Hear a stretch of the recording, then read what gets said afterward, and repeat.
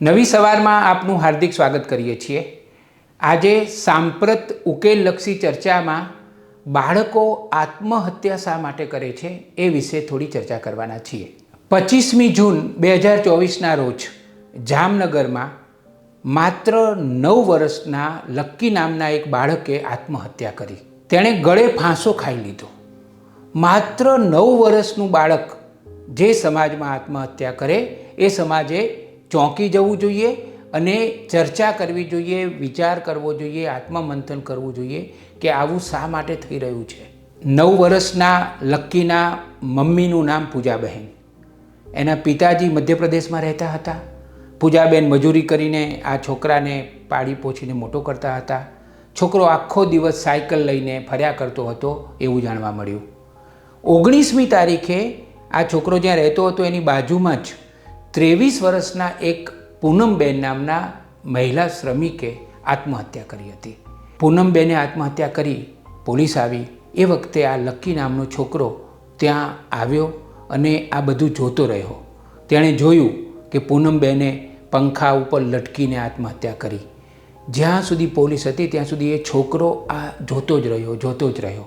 એવું લાગે છે કે એમાંથી એણે પ્રેરણા લીધી અને 4-5 દિવસ પછી એણે પોતે પણ આત્મહત્યા કરી લીધી। મને યાદ છે કે થોડા વર્ષો પહેલાં ગુજરાતમાં જ 7મા ધોરણમાં ભણતા એક આવા બાળકે આત્મહત્યા કરી હતી। બાળકોનું ગુમ થઈ જવું, બાળકોને કોઈ ઉપાડી જાય એ ઘટના અને આ રીતે બાળકો આત્મહત્યા કરે, આ બધી ઘટનાઓ સમાજ માટે ચેતવણીરૂપ છે। નાના બાળકો આત્મહત્યા શા માટે કરે? એના મનોવૈજ્ઞાનિક કારણો તો ઘણા બધા છે। જેમ કે આજના બાળકોને પ્રેમ મળતો નથી। આપણે બધા જ અને આપણા બાળકો પણ ટેકનોલોજીથી ભીસાઈ રહ્યા છીએ।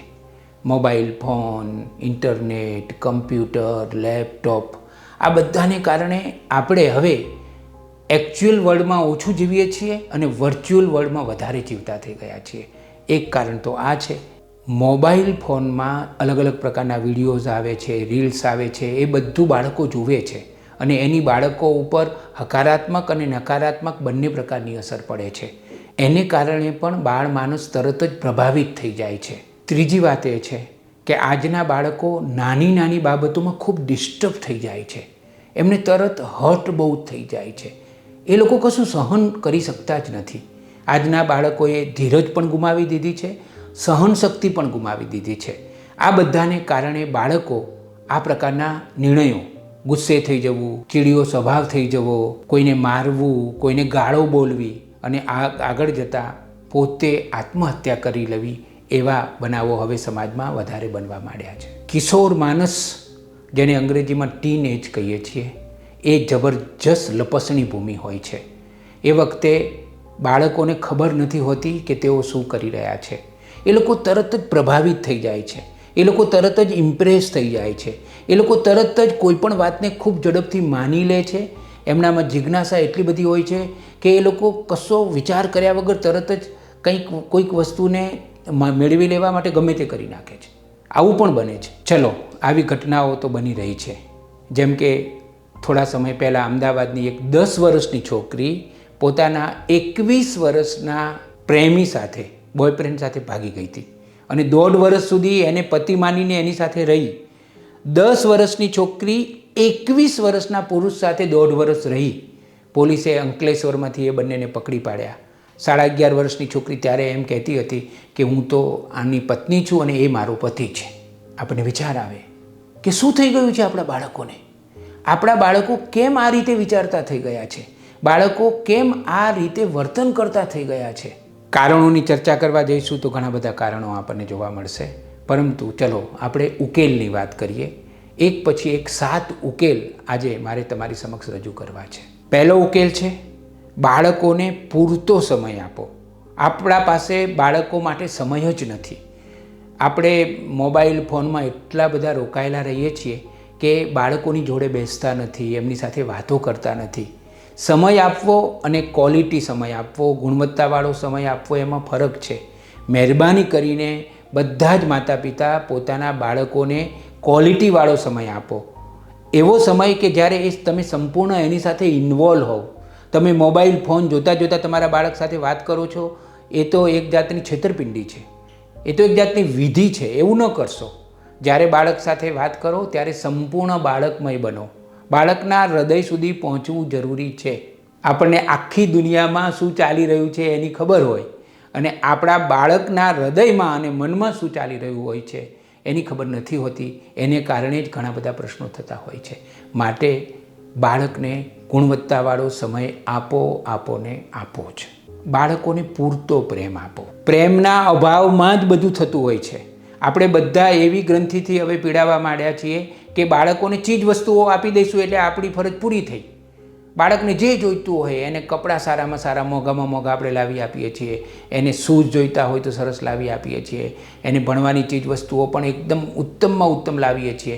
અને આપણું બાળક ક્યાંય કાચું ના રહી જાય, કોઈનાથી પાછળ ના રહી જાય, આપણે મન મૂકીને ખર્ચો કરીએ છીએ.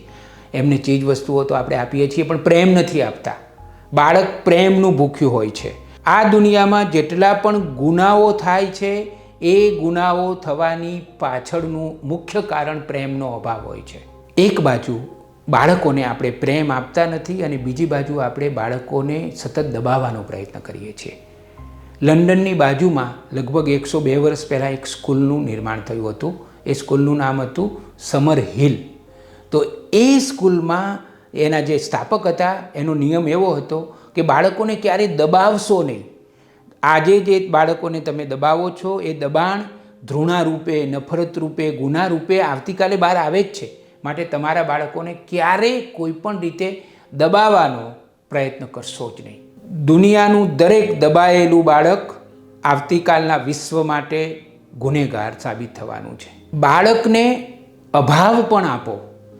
ઘણા બધા વાલીઓ મને કહે છે કે રમેશભાઈ, તકલીફ એ વાતની છે કે આપણે આપણા બાળકોને અભાવની સ્થિતિ આપી શકતા નથી. અભાવમાં જે વ્યક્તિનું ઘડતર થાય છે ને એ બીજે ક્યાંય થતું નથી.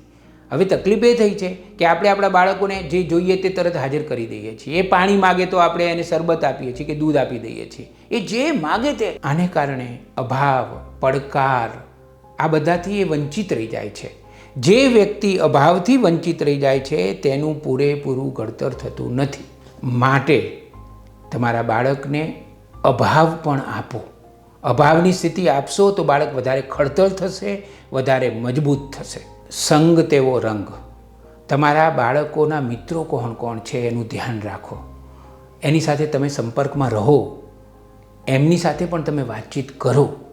ઘણીવાર આપણું બાળક ડાયું હોય પરંતુ જો એ ખોટી સંગતનો ભોગ બને છે તો આપણને ખબર પણ નથી રહેતી, એને પણ ખબર નથી રહેતી અને બાળક ખોટા રસ્તે જતું રહે છે.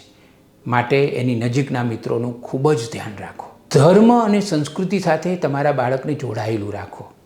આપણા ત્યાં ખાસ કરીને હિન્દુ પરિવારોમાં હું જોઈ રહ્યો છું કે ધર્મ જેવું હવે કશું બચ્યું જ નથી. કેટલા માતા પિતા પોતાના બાળકોને ઘરમાં જે મંદિર હોય એમાં દીવાબત્તી કરાવતા હશે. હું સંપ્રદાયની વાત નથી કરતો. સંપ્રદાય એ પણ એક બહુ મોટું જોખમ છે. એ પણ હું જોઈ રહ્યો છું. ગુજરાતમાં સાંપ્રદાયિક વાળાઓને કારણે પણ એક નવા દૂષણો ઊભા થઈ રહ્યા છે. એનાથી બચવાની જરૂર છે. હું તો સનાતન ધર્મની વાત કરું છું. આપણા ઘરમાં આપણું બાળક આપણી ધર્મ અને સંસ્કૃતિની બધી જ પરંપરાઓને સમજે, એનું અનુકરણ કરે એ જોવાની જવાબદારી આપણી છે. એને ધર્મ આધારિત વાતો સમજાવો. દરેક પરંપરા શા માટે છે એનું જ્ઞાન આપો. બાળકોને કાયમી પ્રોત્સાહિત કરો. એને સકારાત્મક વિચારો આપો. બાળકે કંઈક નાનું એચીવ કર્યું હોય ને, કંઈક નાની સિદ્ધિ મેળવી હોય ને તો એનો વાંસો થાબડો. આપણા ત્યાં એવું થયું છે કે વાંસો થાબડવાનું જ આપણે ભૂલી ગયા છીએ. આપણે આપણા બાળકને ક્યારેય પ્રોત્સાહિત જ કરતા નથી. એને એક કંઈક સરસ વાત કરી હોય એને તો એને મોટિવેટ કરો. એને મોટિવેટ કરશો તો એનામાં નવો આત્મવિશ્વાસ આવશે.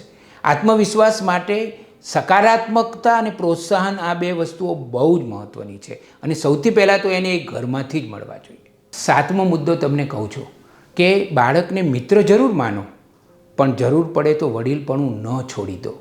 જાણીતા સાહિત્યકાર ધીરુબેન પટેલ આ વાત કરતા હતા.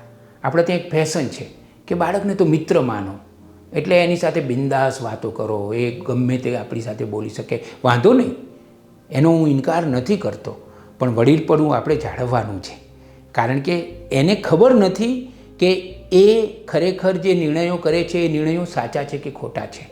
એના માટે કઈ બાબતો શ્રેયકર છે એની એને ખબર ન પડે ત્યારે તમારે મિત્ર મટીને વડીલ થવું જ પડશે. બાળકના તો મિત્ર થઈ જવું જોઈએ. એ જે ભૂલ ભરેલી અને ખોટી એક નવી વાત આપણે અમલમાં મૂકી રહ્યા છીએ એમાંથી આપણે પણ બહાર આવવાની જરૂર છે. આ વિડીયોના અંતે છેલ્લે હું એટલું જ કહેવા માગું છું કે જે સમાજમાં બાળકો, મહિલાઓ અને વડીલો એટલે કે સિનિયર સિટીઝન સુખી હોય એ સમાજ જ સાચો સુખી કહેવાય. બાળકો તો ફૂલ જેવા હોય છે.